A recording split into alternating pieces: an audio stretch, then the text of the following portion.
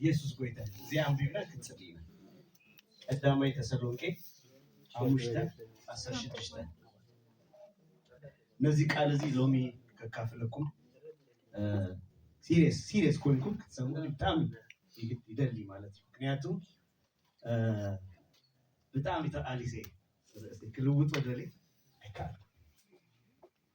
ናይ እዚህ ቃል ጎይታ ግን ኦኬ አይ ጥሬስ ዝቆነ ይመለኹ ገሲጸለኹ ተበሊሰለኹ ስለዚህ ዚያና አይለ ሱ ኢለኒር ግን ተበልኩ ቀይራ ብዙሕ ፈቲና ግን አይካል ስለዚህ አቲክ አነ ካስቡ ከለኹ ለዚህ ማህበር ዝቆን ቃል ይላስ ኢየሱስ ጎይታ ፕሬዝ ጋድ ቀዳማይ ተሰሎንቄ 5:16 ባይብል ሁሉ ጊዜ ደስ ይበላችሁ አሜን ሳታቋርጡ ጸልዩ በሁሉ አመስግኑ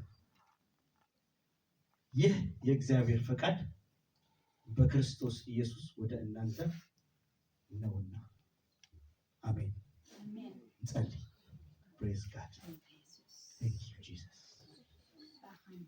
ባቱና መስግናል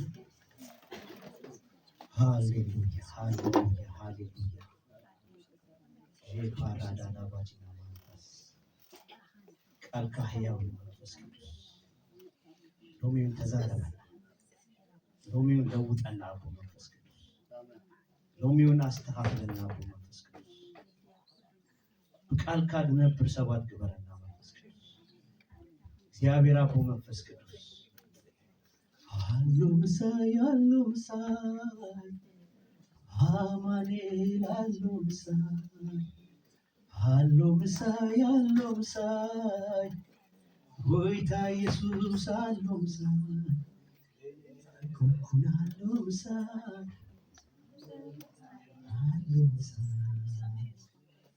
ኦ መንፈስ ቅዱስ ዛሬም እዚህ ቦታ ልትባረከን ስለመጣህ እናመሰግንሃለን።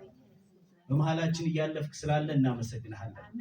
መንፈስ ቅዱስ ይሄን ቃል ተናግረህናል። አባ መንፈስ ቅዱስ የእያንዳንዳችን ህይወት ከዚህ በኋላ እንደ ቃልህ እንዲሆን መመለስ እንዲሆንልን በኢየሱስ እንጸልይ።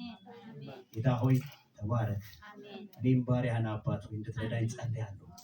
እንደ ቃልህ እንድናገር መንፈስ ቅዱስ እርዳኝ። በጌታ በኢየሱስ ስም ያለንን ጊዜ ሁሉ ተቆጣጠር። አሜን ፕሬዝ ጋድ ኢየሱስ ጎይታ ኩላትና ከምንፈልጦ ቀዳማይ ተሰሎንቄ 1:5-16-17 ብዛዕባ እንታይ ዝዛረብ ዘሎ ሕጓስ ንጽላይ ከኡኻ ንምስጋን ሰለስተ ነጥቢ ኣብዚ ቦታ ይጥቀሳሉ። ኢየሱስ ጎይታ እጂ እዚ ቃል እዚ ንተሰሎንቄ ክጻፍ ከሎ ጳውሎስ ከም ጻፎ ብዙሕ ናይ መጽሓፍ ቅዱስ መምርሒ ይረክብ። ኢየሱስ ጎይታ ጳውሎስ ጽሒፍዎ ኣበይ ጽሒፍዎ ኣብ ቆሮንቶስ ኮይኑ ነዚ ደብዳቤ ንተሰሎንቄ ሰባት ንመን ጽሒፍዎ እንድሕሪኩምኒ ነቶም ዝኣመኑ ወይ ከዓ ኣሚኖም ጎይታ ተቐቢሎም ኣብ ጎይታ ዝመላለሱ ከማና ማለት እዩ። ኣብ ቸርች ዘለዎ ኣብ ህብረት ዘለዎ ኖም እንታይ እንዳበለ ይዛረቡ ኩሉ ግዜ እንታይ በሉ ተሓጎሱ። ፕሬዝ ጋድ ኩሉ ግዜ እንታይ ይግበሩ? ኩሉ ግዜ ተሓጎሱ። ኢትስ ቬሪ በጣም ከባድ ነገር ኩሉ ግዜ ክትሐጎስ ከመይ ኩሉ ግዜ እሱ ግን ኢልዎ ጳውሎስ ክጽሕፍ ከሎ ጽሕፎ ዘይነብሩ ኣይጽሕፍን እናነበሩ እዩ ዝጽሕፍ። ኩሉ ግዜ ተሓጎሱ ከም ትፈልጥዎ ኩሉ ግዜ ተሓጎሱ ኢሉ ንፊልጵስ ሰብ ጽሕፍ ከሎ ትርኢ። ኣበይ ኮይኑ ጽሕፎ? ኣብ እስር ቤት። ኢየሱስ ጎይታ ስለዚ ህይወቱ ከም ዝጽሕፍ እርግጠኛ ክኸውን ንኽእል ማለት እዩ። ጳውሎስ ነዚ መልእኽቲ ክጽሕፍ ከሎ ዓላማ ኣለዎ። ነቶም ኣብ ጎይታ ዘለው ብፈተና ከይወድቁ ወይ ከዓ ከይንቀፉ እንታይ ይብሎም ኣሎ? ጸልዩ። ከይባተኩም እንታይ ይብሉ? ጸልዩ። ምጽላይ እንታይ ይገብረካ ማለት እዩ? ካብ ፈተና የድሕነካ የበርትዐካ። ኩሉ ግዜ ምሕጓዝ እንታይ ይገብረካ? ካብ ፈተና የድሕነካ። ብዘይኮነ ነገር እናተናወፅካ ክትርበሽ ከለኻ ወላ እቲ ምድሓን ኩሉን ክተጥፍእዋ ትኽእሉ ኢኹም። ስለዚ ተጠንቀቁ። ብምጽላይ ብምምስጋን ብምሓጎስ ኣብ ቅድሚ እግዚአብሔር እናተመላለስኩ መንፈስ ኣይተጥፍኡ ይብሉ። ሃሌሉያ ፕሬዝ ጋድ። ለኹም እዚ ሰለስተ ነገር ኣብ ሂወትካ እንድሕር ኣብ መሰረት ኣፅኒዕካዮ ኩሉ ግዜ መንፈስ ቅዱስ ኣባኻ እንታይ ኣይጠፍእን። ሃሌሉያ። ስለዚ ኣርጊፁ እዚ ነገር እዚ ነዚኦም ሰባት ክፅሕፈሎም ከሎ ንርኢ። ኢየሱስ ጎይታ ፕሬዝ ጋድ። እግዚአብሔር ጳውሎስ እዚ ነገር ክፅሕፈሎም ከሎ ኣብ መጽሐፍ ኣብዚ ኩሉ መጽሐፍ ክትሪኦ ትኽእሉ ቀዳማይ ተሰሎንቄ ካልኣይ ተሰሎንቄ ዝተሓሓዘ መጽሐፍ እዩ። ኣብቲ ናይ መወዳእታ ናይ ምጽኣት ብዛዕባ ናይ ክርስቶስ ምጽኣት ግዜ ኣሎ። ስለዚ በዚ መንገድ በዚ ማንነት እናተመላለስኩም እስካብ መወዳእታ እታ ዝተወሰነ ዝኣሚንኩም ዝተቐበልኩምዋ ብድሓን ኣጽኒዕኩም ክትሕዝዋ ምእንቲ በዚ መንገድ ተመላለሱ። ውዳእ ኣሎ ማለት እዩ። ምትራፍ ኣሎ ማለት እዩ ኣሎ። ሓደ ግዜ ድህነ ኢልካ ክትመላለስ ትኽእለሉ መንገዲ ቃል ኣምላኽ መንገዲ እንዳዘይትኸይድ ኮንካ ተረፊኻ ማለት እዩ። ስለዚ that's why ጳውሎስ watch out, pray, rejoice with everything God give thanks. አመስግን። ሃሌሉያ ኢየሱስ ጎይታ። praise God አሜን አሜን። ስለዚህ ቀዳማይ እንታይ ብለው ሁልጊዜ ተደሰቱ፣ ሁልጊዜ ተሓጎሱ። ሁልጊዜ ከመይ ገና ክንሕጎስ? ሁልጊዜ ተሓጉሱ ዝፈልጥ ሰብ ኣሎ? እኔ ንርእሰይ ኣይፈልጥን። ምክንያቱም ጎይታ ክዛረበኒ ከሎ ኢቭን ብዚኣ ቃል ሓደ ግዜ ተማረረሉ ግዜ ኣሎ፣ ሓደ ግዜ ዝከፍተካ ግዜ ኣሎ፣ ሓደ ግዜ ተጉረምርመሉ ግዜ ኣሎ። ግን ይብለካ ኩሉ ግዜ ግን ከምኡ ክትከውን ይብለካ። ኩሉ ግዜ ብጎይታ ተሓጎስ ተሓጎስ ተሓጎስ ተሓጎስ። ሲሪየስ ክርስትና ኩሉ ግዜ ብጎይታ ምሕጓስ እዩ። ክንሕጎስ ከለና ግን ብዝረኣይ ብዘይረኣይ ኣይኮነን። ብዝኾነልካ ብዘይኮነልካ ነገር ኣይኮነን። ብሓደ ነገር ዝኮነልካ ጥራይ ኩሉ ግዜ እንታይ ክትከውን ኣለካ? ክትሕጎስ ኣለካ። ኣብ መስቀል ቀራንዮ ንርእሱ ዝሓበና ኢየሱስ ክርስቶስ ነቲ ንፅባሕ ንወስዶ ኣክሊል እናተፀበና ወይም እናረኣና ነቲ ተስፋና እናሓሰብና እንታይ ክንገብር ኣለና? ክንሕጎስ ኣለና። ኣይኮነን ግን ካልእ ነገር እናሓሰብካ ክትጎስ ኣይትኽእልን ኣይትኽእልን። ኣብዚ ምድሪ ወላ ሓንቲ ክሕጉሰካ እስካብ መወዳእታ ናብ ሓጎስ ዘብፅሐካ እስካብ መወዳእታ ብሓጎስ ከዓ ዘብፅሐካ ነገር ወላ ሓንቲ ነገር የለን። ስራሕ ትብል ስራሕ ትረክብ፣ ካልእ ትሓትት ሽኡ ትሓትት፣ እናሓተትካ እቲ ሕቶ ኣይውዳእ። ስለዚ ብሕቶ እንድሕር መልስ ትሕጎስ ተኮንካ ዝሲዝ ክርስትና ኣይኮነን። ስለዚ ኩሉ ግዜ እንታይ ብሎ ተሓጎሱ፣ ሓጎስኩም ሓልዎ። rejoice everything, rejoice always, always. Wake up, rejoice. Sleep, rejoice. ሕመም rejoice. ተጎዳ rejoice. ብዘየገድስ እንድሕር በዚ መንገድ ትቕፅል ተኮንካ ይኑ ጎይታ እኳ መዓዝ ከም ዝመፅእ ትፈልጡ?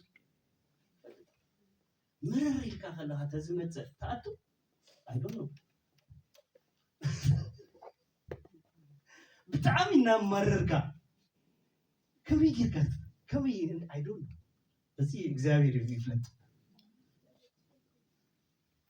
ስለዚ እንታይ ይብለናል? ክንሕጎስ መዓልቲ መዓልቲ ክንሕጎስ ከም ዘለና ኣብ ሮሜ 12:12 እንታይ ይብለናል? በተስፋ ደስ ተሓጎሱ። ማርያ ስለጻፈ በተስፋ ምን በሉ? ተደሰቱ። በተስፋ ሁሉ ጊዜ ምን በሉ? ተደሰቱ። ተስፋው የቱ ነው? ተስፋው አያናይ ተስፋና ተስፋና አያናይ አይንረሳዩ። ብራዘር ሲስተርስ እዚ ኪራይ መወዳእታ አይኮን ጽባህ ንጎር ክንከይድና ወላ ሓንቲ ጽቡቕ ስራሕ ይሓልወካ፣ ጽቡቕ ደሞዝ ይሓልወካ፣ ጽቡቕ ናብራ ይሓልወካ ብዘይገድስ ጆይ እንጆይ ብጎይታ ተሓጎስ። ተስፋኻ ኣብ ላዕሊ እዩ። ሃሌሉያ ብየማን ኣቦ ምስ ክርስቶስ እንታይ ማለት ሃሌሉያ አሜን። እዚ ተስፋ እዚ እናዘከርካ ተሓጎስ። ካለ ነገር አያጎስም። ተስፋ أنا حسبنا الدهر نحضر نوصل نأتو تخونا كان نجر بدأمي إن حانس إن أنس نشتينا هنا يرأي هيكون نجر كابت تسفانا كابت حسبنا حسب نتن زي كون نجر تحسب تخونك نقوم تيتجبروا لها ما تأمين لها كريستوس تيتجبروا لها تأنسوا لها كلام لها يكون كبرنا أملاكنا ስለዚህ በተስፋ ደስ ይበላችሁ በመከራ ታገዙ በጸሎት ትጉ ኢየሱስ ጌታ ሁሉ ጊዜ በመከራ ከተጎሳለካ ኢየሱስ ጌታ ክብርና አምላክ አብ ገላትያን 3:19 እንታይ ብለና የተስፋው ቃል ወራሽ ናችሁ እንዲያውስ የአብርሃም ዘር ከሆናችሁ ምን አለ የተስፋው ቃል እንታይ ወርስቲ ይሁን نزي كله نحسبه زي ليه ما جمرت أمنتنا كل شيء نرسو تقولنا نت كلامي زلوا زي توسخة تجانا بالك كالنا نادله خبز نجر أنت يتجبر ناي ما جمرتها أمنت ما جمرتها زرهم كيسوع كريستوس فقري أنت يناقوني نادب زي حجوزك ناقودله بزخونة زي كل نجار كتشمنا تجمر تربش تجمر زخ أنت يبلنا كلام لا هيكون ويدا كل جزء تحقق praise God amen لطف كنت في لك ود فتن أفيليبس 4 كل جزء بقيت دس يبلاجو تجمع لهالو دس يبلاجو باولوس انتايني روزي أبزي أبصر بيت كم يجيك كتعرفت أبصر بيت ክርስቲያን በብዙሕ ፈተና በብዙሕ መንገድ ይሓልፍ እዩ ህዋትና ኣብ ኤርትራ ብዙሕ መንገዲ ይሓልፉ ወንጌል ምስባኽ ኣቋሪፆም እዩ ኣይቋርፁም እንታይ እሱ ዝገብሮም ከምዚ ትብል ኣይትፈልጡም ሰው ኢሎም ይሕጉሱ እንታይ እዩ በቃ ይሕጉሱ ሓጎስ ተዘየለ ሰላም ተዘየለ ንወንጌል ትወፅእ ዲኻ ኣይትኽእልን ከመይ ጌርካ ትብኣት ኮይኑ እቲ ውሽጥኻ ዘሎ ናይ ፀሎት መንፈስ ኢቭን كبرت عند هالكوين حكيت حقوس كتير حقوس إذا أنا مجمرتها نحد كريستيان أبزع أبي يبغى أختم تخيل كبرنا أملاكنا rejoice تحقوسه كبرنا أملاكنا أبتسببات تحقوسه أبتسبب نجار تحقوسه أبتزخون نجار without circumstance you have to rejoice praise God ኢየሱስ ጌታ አሜን አሜን ዘይ ተመለሰ መልስ ካለው ካሊ ዛባ ፈውስ ክትጽልዩ ትኽእል እዩ ነው ዝጸንዕ ኣነ ብጣዕሚ ዝባረኸኒ ሓደ ናይ እግዚአብሔር ሰብ ብጣዕሚ ዓብይ ናይ እግዚአብሔር ሰብ ኳሉ ዝተሓመመት ግን ሪጆይስ ዝገብር የገልግል እዩ እናኸረ የገልግል ገዙ ምስተመለሰ ግን ዋሉ በዚህ ኮነ ናይ ሕማም ነገር ወዲቃ ግን ጽባህ ነገር ተሲኡ ግን ሪጆይስ ይዝገበር ሪጆይስ እናገበረ እንታይ ገይሩ ነቲ ሕማም ሲኢሩ በቲ ሕማም በቲ ዝረኸቡ ነገር ግን በቲ ብጓሉ ዝኾነ ነገር እናተማረረ ከወፅእ እናተማረረ ከኣቱ እናተማረረ ተዘገልግል እግዚአብሔር ኣይበፅሓም ኣይውዶም ጎይን ሓደ መዓልቲ ፈዊስዋ ጎይታ praise God فلت نيرينو هاليلويا فلت نيرك ويتا كنت فوزا هاليلويا just rejoice in Jesus name praise God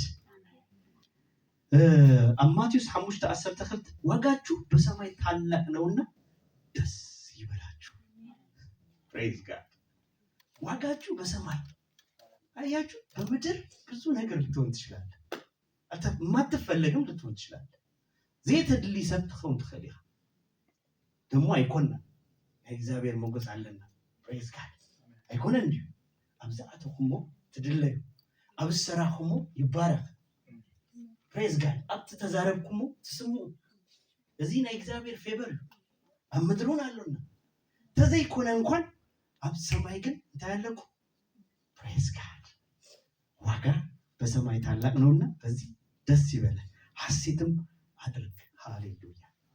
ሁሉ ጊዜ ታሐጎስ፣ ሁሉ ጊዜ ታሐጎስ። ኢየሱስ ጌታ። አሜን። ፕሬዝ ጋድ።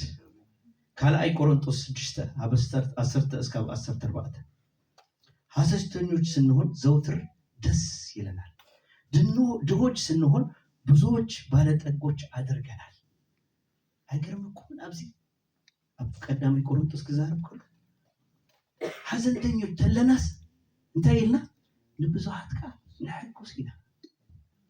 ወላ ሓንቲ ፔንና ክትሓልው ትኽእል ኢኻ፣ ግን ብጎይታ እናተሓጎስካ እቶም ካልኦት እንታይ ትኸውን? ሓጎስ ትህብ። ፕሬዝ ጋድ። ሓዘንተኛ ክትከውን ትኽእል ኢኻ ኣብ ውሽጥኻ። ሓዘንተኛ ክብለኩም ከሎ ዘይተመለሰ ሕቶ ክህልወካ ግን ኣብ ጎይታ ፀኒዕኻ ትነብር ኣለኻ፣ ሪጆይስ ትገብር ኣለኻ። በቲ ናትካ ምፅናዕ ካልእ ሰብ ይሕጎስ። ፕሬዝ ጋድ። በቲ ናትካ ኣገልግሎት ካልእ ሰብ ይባረኽ። this is how he said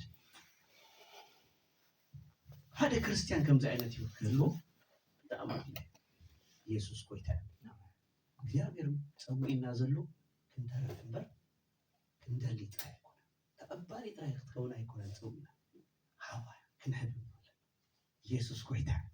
ስለዚህ ድሆች ስንሆን ብዙዎችን ባለጠጎች አድርገናል። አንዳች የሌለን ስንሆን ሁሉ ደግሞ የኛ ነው። አንዳች የለንም።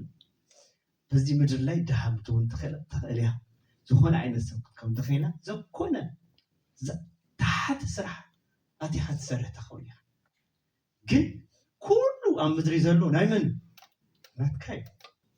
you know that ናትካ እዩ። ፕሬዝ ጋድ። እቲ ዝበለፀ ናትካ፣ እቲ ዝበለፀ ኣብ ላዕሊ ኣሎ። ፕሬዝ ጋድ።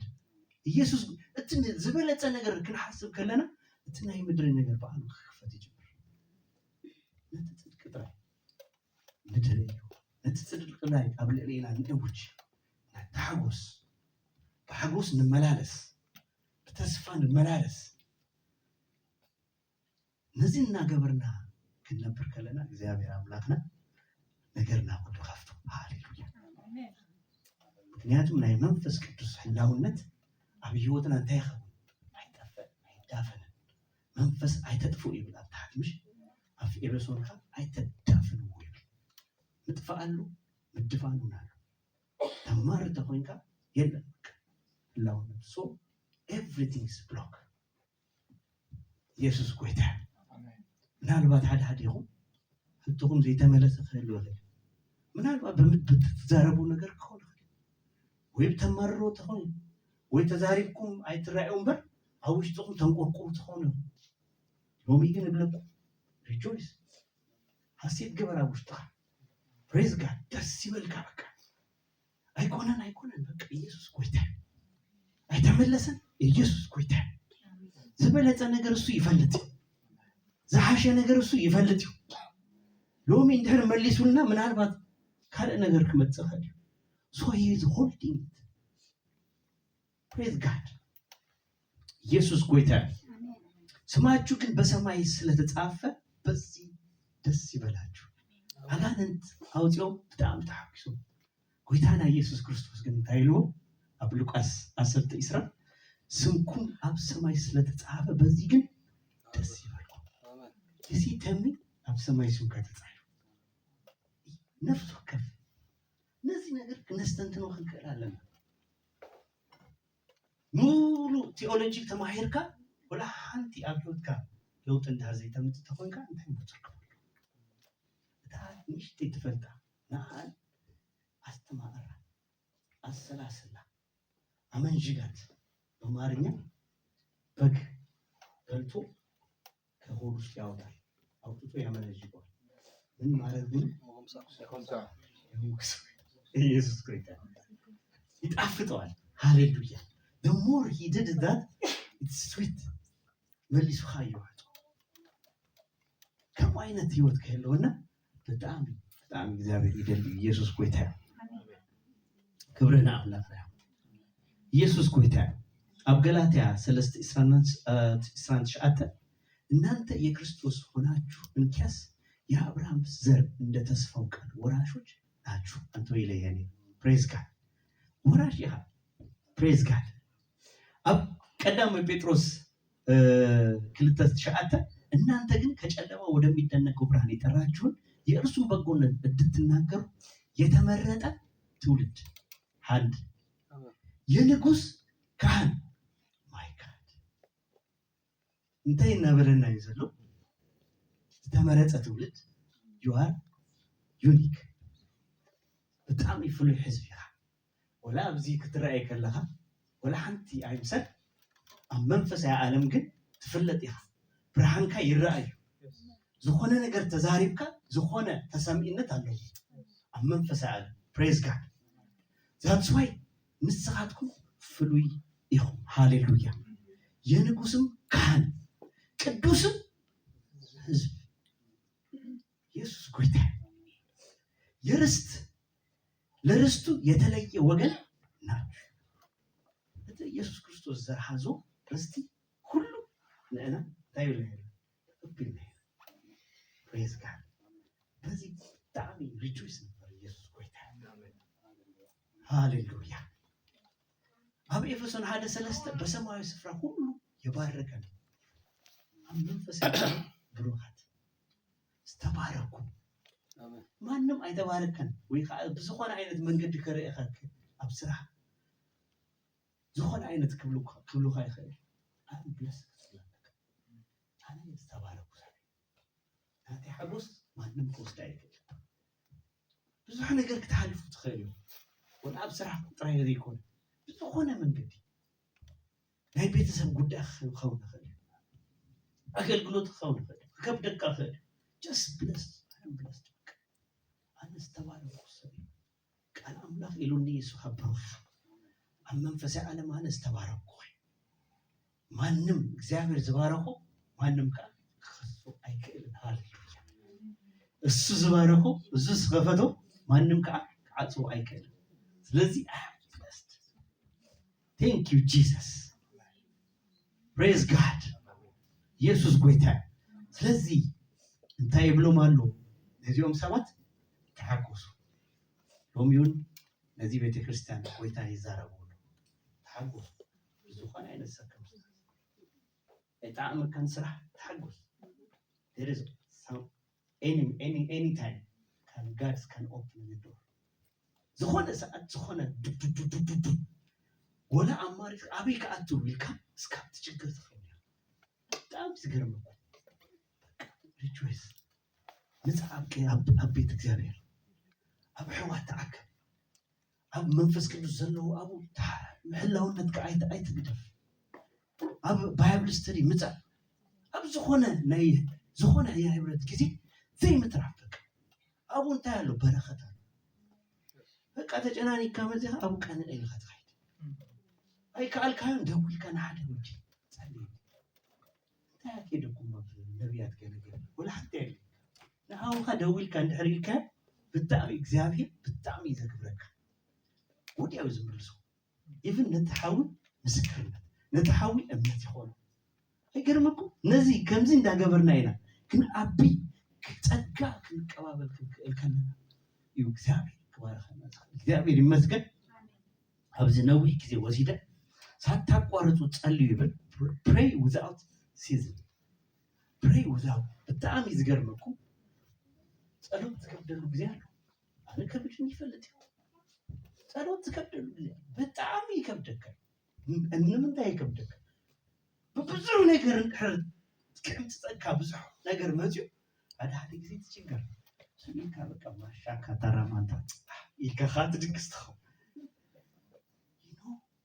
በጣም ግን እግዚአብሔር ይለና pray without ceasing ይሄባተኩ ታይብሉ ጸልዩ that means you have to pray even now when I talk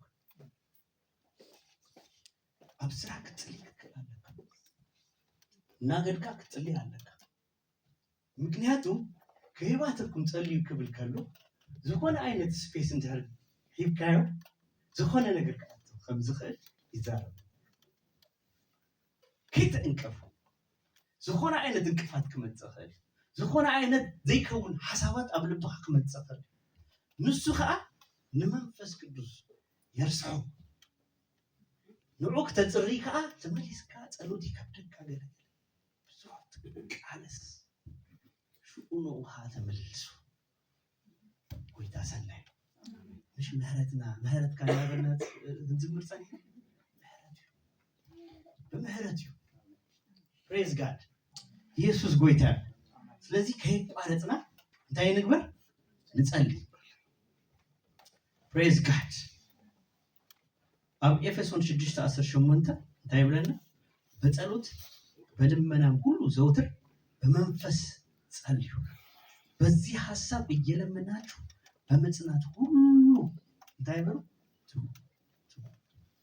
ትጋት በጸሎት ትጋት እና ጸላህ ተገላ ንርእስህ ትጸልይ ከለህ እግዚአብሔር ሰባት ተረፍ ይገባል ናይ ጸልዩ ሁሉ ትፈልጡ ካት just ህቶ ናው ካጸልይ ትፈልጥ ልዳኒ ዘኪርኩም ትፈልጡ just challenge እኮ ይዝባል ለተሜ ጸልዩ ስፈልጥ እሳማ ተስፊ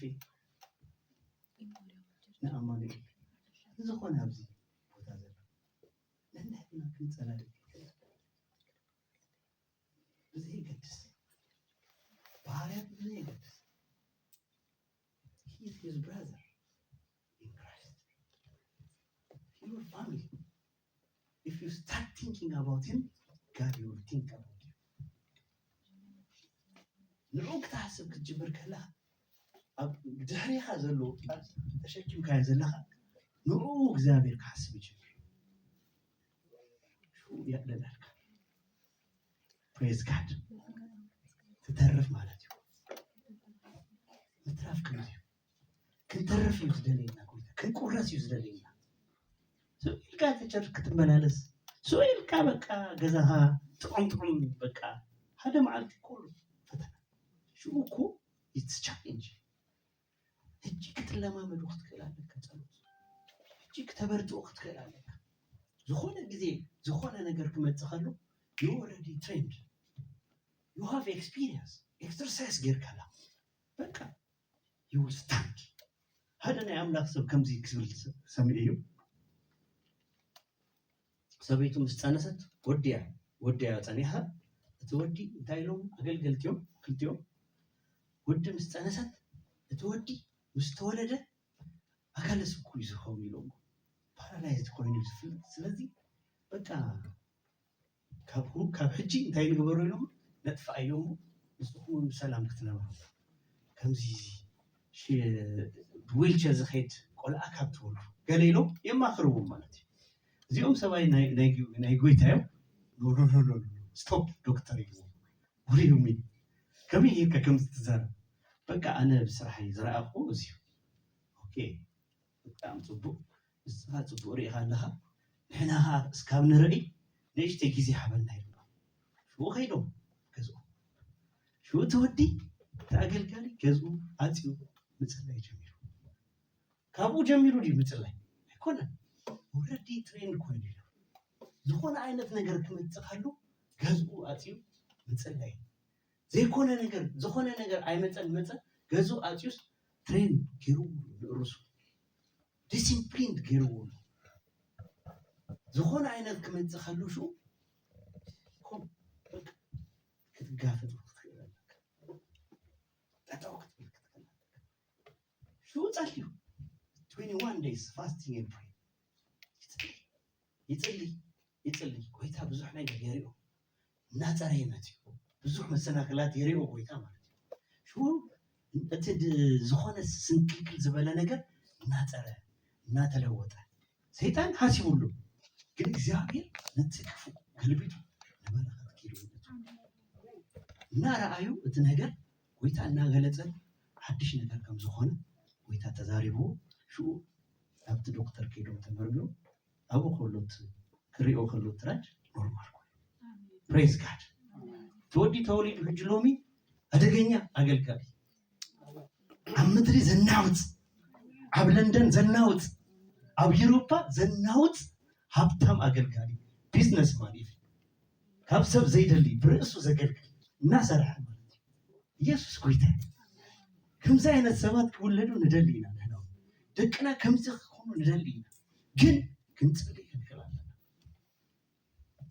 أبات أبو كتبي خلا زين ناتنا هذا زخون كده دكنا سبايتنا بيت سبنا كتابي سلطان يبونا رأس أنت هرجروك رأس يا بدم كتقطع الوقت كأنه حيل يبونا الذي كيباتنا كنصلي كنكل علنا يسوع كويتا أبزين تايرينا بيفسو تكحت أبزو تركا بمنفس متصلاي هاليلويا يسوع كويتا آمين أب لوكاس إسران هذا إنكدي لمتى كانوا كذي كله لما عملت بسول جنفيت لما قام عندنا نجل ستاليو كل جزء تابل تبو praise God كفتنا لمدان ككفو لمدان كزخون عينت نجار مدحن دايك تكبر لك تسلي عليك كتجابك تسلي عليك كومينيكيت كتكبر لك كلمة منزو يريك شو تسلي ذات سوى إنت نهي تسلو تسموها جزاكي زكاة تسلك بسرعة أمس وقت خاطر كلا يسوع كويتا لذي كيباتنا نتسلي يلو كيباتكم تسليو ترين كبروا تعجزوا تسليو بكلها እግዚአብሔር አመስግኑ ከምዚና ገበርኩም ንርእስኩም ሓሉ ሓደሽቲ ኢኹም ብጎይታ ገና ቆልዓ ኢኹም ክትዓብዩ እንድሕር ኮይንኩም ከምዚ እንዳገበርኩም ንርእስኩም ሓሉ እናበለ ኣብቲ ተሰሎንቄ ዘለዎ ኣመንቲ يحبون يدنقوا مالو يسوع كويتا بزي قدس يسرع عمت نبر بزي قدس 30 عمت نبر ببزح من قدي تقلوت كتقوارد تختليها حقوس كتقوارد تختليها بمسكان كتقوارد تختليها even النافلة كتقال spiritual منفسها وكيل بزرعي من قدي مجو يتقلق كاس كولا كاخر حمام كولا كاخر بيزي يقبرك confusion spirit فت بكامتيو أمروح يقبرك كاخر جناك بركة كتبل كلها بك ولا حنتي أمروها كواي كلا بزي كل من قدي كتعلف تخليها جن بزحمة ما تبغيت أنا يلقى زي شيء بقولت حدش تدخل سواتي باولوس يمخرم زول كن أنا تعمل لي هتنينا نتسال هتنينا نمسك هتنينا نحكوش نجوي نمبر سيابي المسكن كبرنا أملاخنا مودة بكل أمسك بكل أمسكم بتعرفوا أمسكم بتودكوا جزي أمسكم بتسعى جزي أمسكم زي قدس نسعى تعينت كونديشن علىها إجابة زوجها وكبر نعم كا praise God يسوع كويتا إفسون حمشت إسراء كل جزي سلام بقيتاችን በኢየሱስ ክርስቶስ ስም አምላካችንን አባታችን ስለሁሉ አመስግኑት ስለሁሉ አመስግኑት ዳይና በለና ያብዚ ስለሁሉ በጽቡ ሁሉ ጽቡ ነገር አሉ ጽቡ ዘይሆናል ብዙ ሆነ ግን ይሁን ሁሉ ጊዜ እንዳይገበር አመስግን praise God ኢየሱስ ጌታ ተመስገን ሰው መንፈስ አያጠፋ ይለኩማል መዝሙር 34 ሓደ ዳዊት እግዚአብሔር ሁሉ ጊዜ እባርከዋለሁ ምስጋናውም ዘውትር በአፉ ነው አፉስ ሁሉ ጊዜ እንዳለ ምስጋና ጥራይ አይማረር እገርምኩ ሳኦል በዘጓየው ጊዜ እንዳይብል ነው ወይ ጎይታ ታይዳ ታይነት ሰብሪካ تقويني نزيدها تأبيها زبالكاني إنا بلا أيام مرة ፕሬዝ ጋድ ይዝ የመስኪን አፈይ ምስጋና አንደበቱ ነው ምሬት ዝበሃል ነገር የለም። ብዘይ ምስጋና ብዘይ እልልታ ብዘይ ወርሽፕ የምልክ የመስግን ይጽልይ ኢየሱስ ኮይታ ከሙ እናበለኻ ዘአበየ ቦታ የእግዚአብሔር አሚጡ ዘአበየ ቦታ ምቅማት እንዳደሊና አብከረን ከነብር እንዳደሊና ሁሉ ጊዜ ነመስግን ኢየሱስ ኮይታ ክብረና አምላክ ነው። ኢዮብ ሓደ ኢስራን ሓደ ኩላትና ነፈልጣ ያዚያ እንግዲህ አለ ራቁቴንም ከእናቴ ማህፀን ወጥቻለሁ ራቁቴንም ወደዚያ መለሳለሁ። ሃሌሉያ። እርሱ ሰጠ እግዚአብሔርም ነሳ እግዚአብሔርም ስም የተባረከ ይሁን። ሁሉ እኮ የለም አይገርምኩም? ሁሉ የለም እትዝነበረ ሁሉ ሀብት የለም እትዝነበረ ሁሉ ሳቅ የለም ሓጎስ የለም ሁሉ የለን ኣብ ማእኸሉ ደቆ የለው እሱ ግን ይሉ በቃ እግዚአብሔር ሰጥቷል እግዚአብሔር ደግሞ ወስዶታል። በዚህ ሁሉ እግዚአብሔር ታይብል ይመስገን። ሃሌሉያ ፕሬዝ ጋድ። ብትሳዕነው ብትረክበው ነገራት ሁሉ ከተመስገን ካለኻ እግዚአብሔር ይከብር። ሃሌሉያ ኢየሱስ ጎይታ እግዚአብሔር ይመስገን። ፊልጵ 4:6 ጌታ ቅርብ ነው፣ በነገር ሁሉ በጸሎትና በምልጃ ከምስጋና ጋር በእግዚአብሔር ዘንድ ልመናችሁን አስታውቁ እንጂ በአንዳች አትጨነቁ። ሃሌሉያ ፕሬዝ ጋድ። ብዙ ከጨነቃካ ዝኽእል ነገራት ካሉ ግን እሱ አይኮነን ንኣኻ በረኸት ክኾነልካ ዝኽእል ኣብቲ ጭንቀት ኮይንካ ተምፅኦ ናይ እግዚአብሔር ምስጋና ኣብ ቅድሚ እግዚአብሔር ተህቦ መስዋዕት ንሱ ኣብ ልዕሊኻ ነቲ ጭንቀት እንዳይገቡ ያልግሱ። ኢየሱስ ጎይታ ፕሬዝ ጋድ። ቆላስያን 3:17 እግዚአብሔር አብን በእርሱ እያመሰገናችሁ በቃል ቢሆንም ወይም በስራ የምታደርጉት ሁሉ በጌታ በኢየሱስ ስም አድርጉት። ኢየሱስ ጎይታ እያመሰገናችሁ አድርጉት።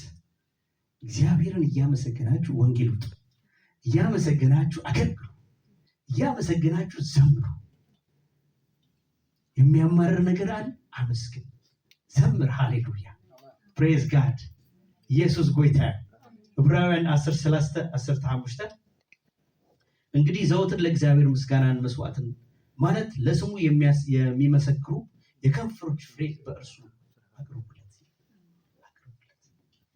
ክብር ለጌታ ይሁን። ዛሬ ነገራችን ይለወጥ፣ አእምሯችን ሴታፕ ሁሉ ይለወጥ። ምስጋና ብቻ ይሁን እዚህ፣ ምስጋና ብቻ ይሁን እዚህ። ሀጎስ ጥራይ ይሁን ኣብዚ። ሃሌሉያ ጸሎት ጥራይ ይሁን። ሃሌሉያ ብዝኾነ ነገር በቃ ምጽላይ ይበርት። ሃሌሉያ ነበርትኦት ጸሎት ነበርትኦት ምስጋና ዘመስግን ዝነበረ ይቀጥል ይወስኽ። ሃሌሉያ ዝጽልይ ዝነበረ ይጸልይ ይተስእ። ሚድናይት ሰዓት 3 ይተስእ እስካብ 5 ይጸልይ። በጣም እናበርታ ክትከይድ ከለካ ቀትሪ ክትጽልይ ጀሚርካ ናይ ምሸት ክትጽልይ ክትክእል ኣለካ። because there is something midnight ጳውሎስን ስላስ ሽዑዩ እግዚአብሔር ወሪዱ ነገር አይተቀየረ ከወረድ ዝኽእል ናይ እግዚአብሔር ናይ ጸሎት መንፈስ ኣብ ልዕሊኻ ክመጽእ ክኽእል።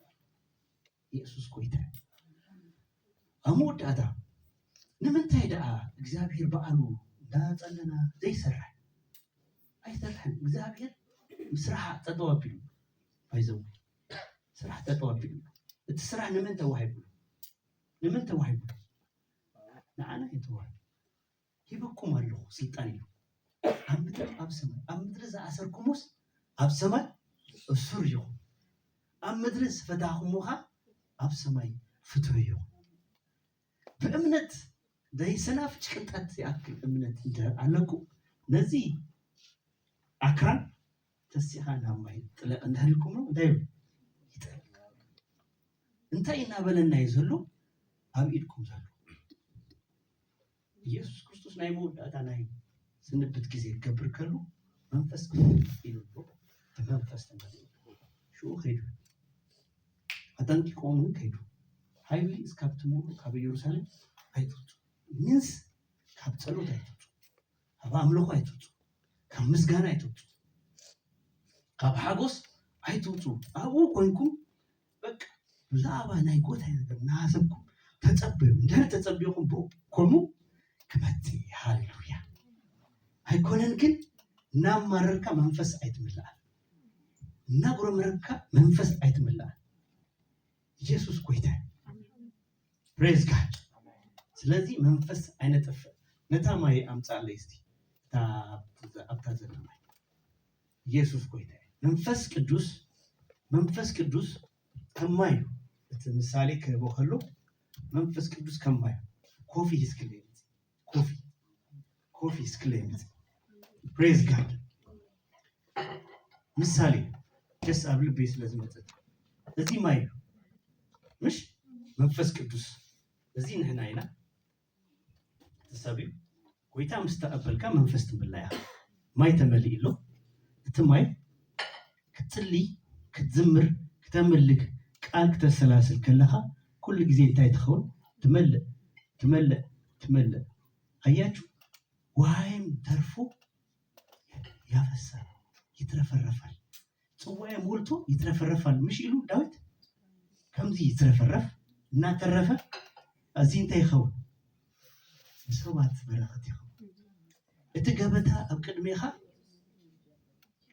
ገበታን በፊቴን ያዘጋጃል ምሽ ገበታን በፊት ያዘጋጃል የሚያዘጋጀው ገበታ ምንድነው ህይወትህ ነው ህይወትህ በዛ አይነት ዳይሜንሽን ማይድ ከሆነ ሁሉ ጊዜ ያ የተዘጋጀልህ ገበታ ከፊትህ ሊቀርብ አይችልም በደስታም አትመላለስ በአምልኮም አትመላለስ ከሆነ ስለዚህ ሁሉ ጊዜ ይሄ መንፈስ ቅዱስ መሞላት አለበት በምን በደስታ በተሐጎስ በአምልኮ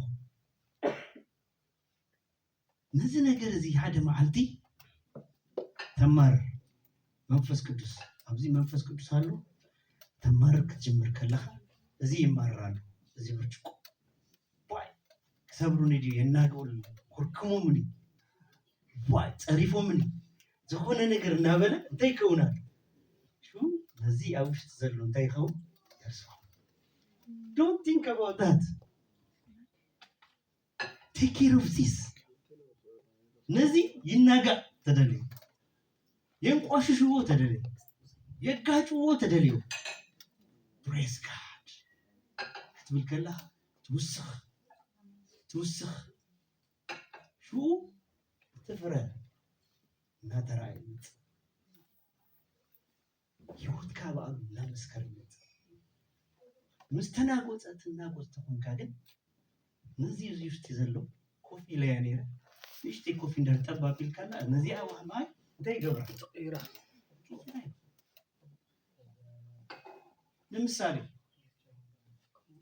ተቀየም ተቆይንካ ሆሊ ስፒሪት ይሁ አውሽት ግን እንታይ ኮይኑ ተፍሪስ ነዚህ እጅ ከተጽሪዮ ከተኸላ ተቆንካ እንዳይገብራል ሞር ተመሊስካ ነቤኻ ነጥቃል ተመሊስካ ኦ ፕሬዝ ጋድ ሶሪ ጂሰስ ፎርጊቭ ሚ ምህረት ግበረልኝ ቃልካ ክመላለስ ግባአኒ አጉልካለሁ ይልካ ክትዘምር ክትጀምር ከለኻ ከተመስገን ክትጀምር ከለኻ ይብል ሞር እናወሰካ